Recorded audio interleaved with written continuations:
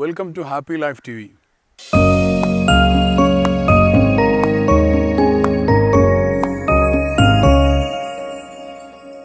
മക്കളുടെ കുറവുകൾ, മക്കളുടെ ദൗർബല്യങ്ങൾ മറ്റുള്ളവരുടെ മുമ്പിൽ വെച്ച് പലപ്പോഴും പറയുന്ന മാതാപിതാക്കളെ കണ്ടിട്ടുണ്ട്.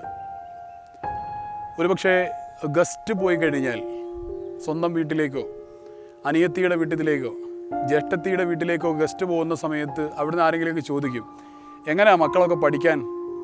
യോമ നന്നായിട്ട് പഠിക്കും, ഇവൻ്റെ കാര്യം പറയണ്ട, ഇവൻ്റെ സ്കൂളിലേക്ക് ചെല്ലുമ്പോഴത്തേക്കും അവൻ്റെ ടീച്ചേഴ്സിനൊക്കെ ഒരു 100 നാവ് അവനെക്കുറിച്ച്. ഇങ്ങനെയുള്ള തരത്തിൽ മക്കളുടെ കുറവുകൾ, അവരുടെ ദൗർബല്യങ്ങൾ മറ്റുള്ളവരുടെ മുമ്പിൽ വെച്ച് പറയുന്ന രക്ഷിതാക്കളുണ്ട്. അതുപോലെ തന്നെ വേറെ ചില സാഹചര്യങ്ങളിൽ ഒരുപക്ഷെ നമ്മുടെ മകൻ അവനൊരു മരത്തേലൊക്കെ പിടിച്ചിങ്ങനെ കയറി ആ വീട്ടിലെ കുട്ടികൾക്ക് പോലും കഴിയാതെ അത്രയും ഉയരത്തിലൊക്കെ കയറി മാങ്ങ പറിക്കുന്നതൊക്കെ കാണുമ്പോൾ ചിലപ്പോൾ ആ വീട്ടിലുള്ളവർ പറയും, ഇവൻ കൊള്ളാമല്ലോ, ഇവൻ കഴിവുള്ള പയ്യനാണല്ലോ എന്നൊക്കെ പറയുന്ന സമയത്ത് നമ്മൾ പറയുമോ, അതിൻ്റെ കാര്യമൊന്നും പറയണ്ട, എടാ നിൻ്റെ കണക്കിലെ മാർക്കൊന്ന് പറഞ്ഞു കൊടുക്കടാ, എടാ നിൻ്റെ കഴിഞ്ഞ പരീക്ഷയിലെ മാർക്കിൻ്റെ ആ ഗ്രേഡൊന്ന് പറഞ്ഞു കൊടുക്കടാ എന്ന് പറഞ്ഞിട്ട് യഥാർത്ഥത്തിൽ ഇത് പറയുന്ന സമയത്ത് മാതാപിതാക്കളുടെ, അമ്മയുടെ, അച്ഛൻ്റെ മനസ്സിലുള്ള ചിന്ത വളരെ പോസിറ്റീവാണ്. എന്നിട്ടെങ്കിലും ഇവൻ നന്നാവട്ടെ എന്നായിരിക്കും. പക്ഷേ എൻ്റെ പ്രിയപ്പെട്ട രക്ഷിതാക്കൾ മനസ്സിലാക്കുക, എന്നിട്ടെങ്കിലും അവൻ നന്നാവില്ല. കാരണം അവൻ്റെ സെൽഫ് എസ്റ്റീം, ആത്മാഭിമാന ബോധത്തിന് വലിയ അടിയാണ് കിട്ടുന്നത്. അവനൊരു ഇമേജുണ്ട് കുടുംബാംഗങ്ങൾക്കിടയിൽ, അവൻ്റെ മറ്റുള്ളവർക്കിടയിൽ, കസിൻസ്, ബ്രദേഴ്സ് ആൻഡ് സിസ്റ്റേഴ്സ്, അവർക്കിടയിലൊക്കെ ഇദ്ദേഹത്തിന് ഒരു ഇമേജുണ്ട്. ആ ഇമേജിനാണ് ഈ വലിയ പ്രഹരം കിട്ടുന്നത്. ഒരു തവണ എൻ്റെ അടുത്ത് കൗൺസിലിങ്ങിന് വേണ്ടി കൊണ്ടുവന്ന ഒരു കുട്ടി, ആ കുട്ടിയെക്കുറിച്ച് പാരൻസ് പറഞ്ഞിട്ടുള്ള കാര്യം, ഇവൻ ഞങ്ങളുടെ കൂടെ ഒരു ഫംഗ്ഷനും വരത്തില്ല. 17-18 വയസ്സ് പ്രായമുള്ളൊരു കുട്ടിയാണ്. ഒരു ഫംഗ്ഷനും, കല്യാണമാവട്ടെ മറ്റേതെങ്കിലും റിസപ്ഷൻ ഫംഗ്ഷൻ, ഏത് ഫംഗ്ഷനാണെങ്കിലും ഞങ്ങളുടെ കൂടെ ഇവൻ വരത്തില്ലെന്ന് പറഞ്ഞു. അപ്പോൾ കാര്യം ഒരുപാട് അന്വേഷിച്ചു, അതൊരു വ്യത്യസ്തമായ ഒരു കേസായിരുന്നു. ഒരുപാട് അന്വേഷിച്ചപ്പോഴാണ് ഒരു കാര്യം അവസാനം മനസ്സിലായത്. ഈ കുട്ടിക്ക് സോഷ്യൽ ഫോബിയയുടെ ഒരു തലത്തിലേക്കാണ് ആ കുട്ടി എത്തിയിട്ടുള്ളത്. അതിൻ്റെ കാരണമായിരുന്നു എന്നെ വല്ലാതെ ആകർഷിച്ചത്, വല്ലാതെ സങ്കടപ്പെടുത്തിയത്.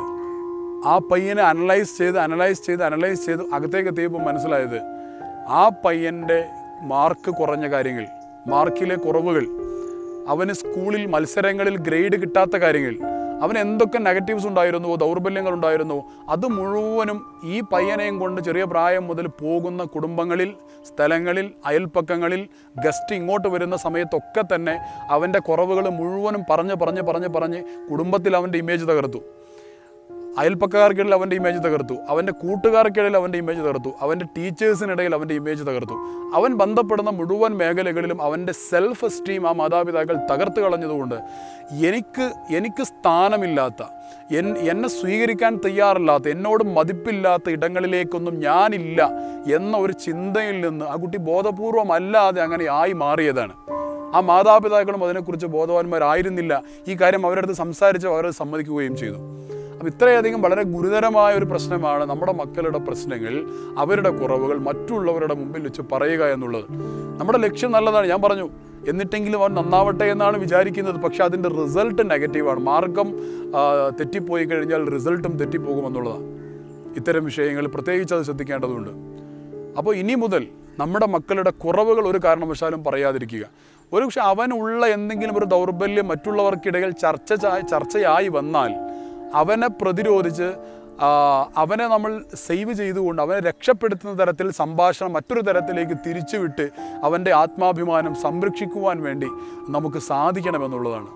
അങ്ങനെയാണെങ്കിൽ ആ മകൻ അവൻ്റെ സെൽഫ് ഇമേജ്, ഇതുപോലെ തന്നെ ഞാൻ സ്കൂളിലൊക്കെ ചെല്ലുന്ന സമയത്ത് ഒരുപക്ഷെ അവൻ്റെ ടീച്ചേഴ്സിനോട് ചില കാര്യങ്ങളൊക്കെ നമുക്ക് പറയാനുണ്ടാകും. അവൻ ഇങ്ങനെ ഒരു കുറവുണ്ട്, അതൊന്ന് ശ്രദ്ധിക്കണേ, അല്ലെങ്കിൽ അവൻ്റെ കുടുംബത്തിലുള്ള വേറൊരാളോട് ഇങ്ങനൊരു പ്രശ്നമുണ്ടെന്ന് ശ്രദ്ധിക്കണേ എന്ന് പറയാനുണ്ടാകും.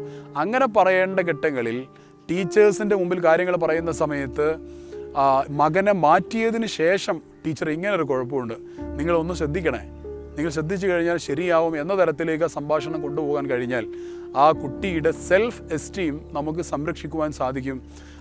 നമ്മുടെ അടുത്ത് കൗൺസിലിങ്ങിനൊക്കെ വേണ്ടി കുട്ടികളെ കൊണ്ടുവരുന്ന സമയത്ത് കുട്ടികളുടെ സാന്നിധ്യത്തിൽ കുറേ പ്രശ്നങ്ങൾ പറയാൻ പോലും നമ്മൾ സമ്മതിക്കാറില്ല. കുട്ടികളെ മാറ്റി വെച്ചിട്ടാണ് അവരുടെ പ്രശ്നങ്ങൾ നമ്മൾ സംസാരിക്കാറുള്ളത്. അപ്പോൾ കുട്ടികളുടെ സെൽഫ് എസ്റ്റീം ചെറിയ പ്രായത്തിൽ തന്നെ സംരക്ഷിച്ച് അവൻ്റെ ചെറിയ കൊച്ചു കുഞ്ഞാണെങ്കിലും അവനും ഒരു ആത്മാഭിമാന ബോധമുണ്ടെന്നും അത് സംരക്ഷിക്കാൻ നമുക്ക് സാധിക്കണമെന്നും മനസ്സിലാക്കിയാൽ കുട്ടികളുടെ അവർ വളർന്നു വരുന്ന സമയത്ത് ഇത്തരം ദൗർബല്യങ്ങളൊക്കെ പതുക്കെ തിരുത്തുവാനും അവർക്കും വളർന്നു വരുവാനും സാധിക്കുന്നതായിരിക്കും. അതിന് സാധിക്കട്ടെ എന്ന് ആശംസിക്കുന്നു. കൂടുതൽ വിഷയങ്ങളുമായി അടുത്ത എപ്പിസോഡുകൾ വീണ്ടും കാണാം. Watch and subscribe happy life TV.